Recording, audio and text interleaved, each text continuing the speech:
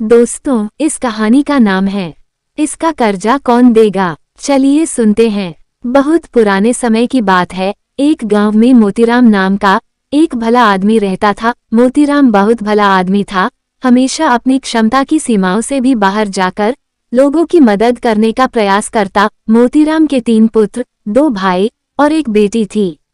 एक दिन दुर्भाग्यवश भले आदमी मोतीराम का देहांत हो गया था। अंतिम संस्कार करवाने मोतीराम के सभी नाते रिश्तेदार पहुंचे। पंडित ने रस्म पूरे किए, अर्थी सजाई गई। मोतीराम को अर्थी पर लिटाया गया। पुत्रों और भाइयों ने अर्थी उठाई और आगे बढ़े। मोतीराम की बेटी ये दृश्य देख ना पा रही, वो वहीं जमीन पर लोट लोट कर रोने लगी। मोतीराम की अर्थी की अंतिम यात्रा कुछ दूर तक पहुंची ही थी कि एक बहुत बड़े सेठ ने उनका रास्ता रोक लिया। सेठ के साथ 2 लोग हाथों में बंदूक लिए खड़े थे। सेठ बोला, ये अर्थी यहाँ से आगे नहीं जाएगी। परिवारजनों ने सेठ से पूछा, क्यों सेठ, क्या हुआ, ऐसा क्यों कर रहे हो?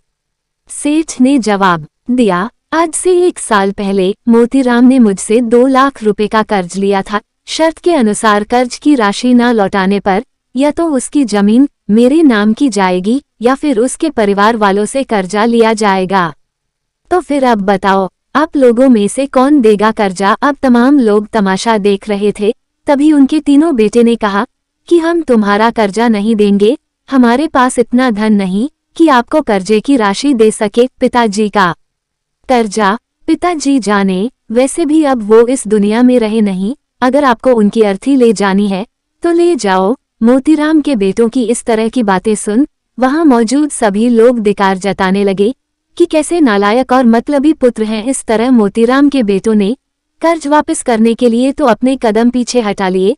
तभी मोतीराम के भाइयों ने भी कह दिया कि जब बेटे कर्जा नहीं दे सकते तो हम क्यों किसी का कर्जा भरे। अब मोतीराम की अर्थी को वहां रुके बहुत देर हो गई थी।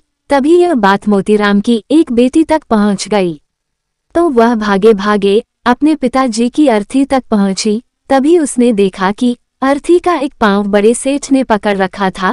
ये देखते ही उसने आंखों में आंसू भर आए और उसने अपना सारा जेवर और जितने भी पैसे उसके पास थे वो सब सेठ को दे दिए और अपने हाथ जोड़ती हुई बोली कि सेठ, अगर ये सब जेवर बेचकर भी आपका कर्जा पूरा ना हो पाए तो मैं खुद मेहनत मजदूरी करके आपका कर्जा चुका दूंगी, मगर इस समय मेरे पिताजी की अंतिम यात्रा को मत रोको।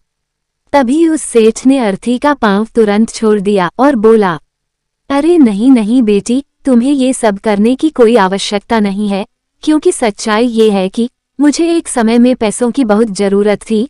मैं बहुत गरीब था। तब उस समय तुम्हारे पिता ने मुझे 10,000 रुपए देकर मेरी मदद की थी। मोतीराम बहुत भला आदमी था। उसने मुझसे 1 रुपया ब्याज तक कभी नहीं मांगा और वही पैसे मैं यहाँ देने आया था। लेकिन जब मुझे पता चला कि मोतीराम का देहांत हो गया, तब मैंने सोचा कि ये पैसे किसे दूं, पैसे सही हाथों में कैसे दूं, ये जानने के लिए मैंने ये सब नाटक रचा था। तुम्हारी बातों और पिता के प्रति जिम्मेदारी को देखकर मैं समझ गया कि पैसों की असल हकदार तुम ही हो। आज तुमने साबित कर दिया कि बेटे से ज्यादा बेटी ही माँ बाप से प्यार करती है। आपके पिताजी तो नहीं रहे, लेकिन अब ये कर्ज मैं तुम्हें वापस करके अपने सर से कर्ज के बोझ को खत्म कर देना चाहता हूँ। इसलिए कर्ज को तुम लो और मुझे कर्ज से मुक्त करो। सेठ बेटी को पैसे लौटाकर और अपना आशीर्वाद देकर वहां से चला गया। ये सब देखकर मोतीराम के बेटे और भाइयों का सर शर्म से नीचे झुक गया। दोस्तों, आपको ये कहानी पसंद आई हो तो इस चैनल को सब्सक्राइब करें, वीडियो को लाइक करें, कमेंट करें और अपने अधिक से अधिक दोस्तों को शेयर करना ना भूलें। धन्यवाद।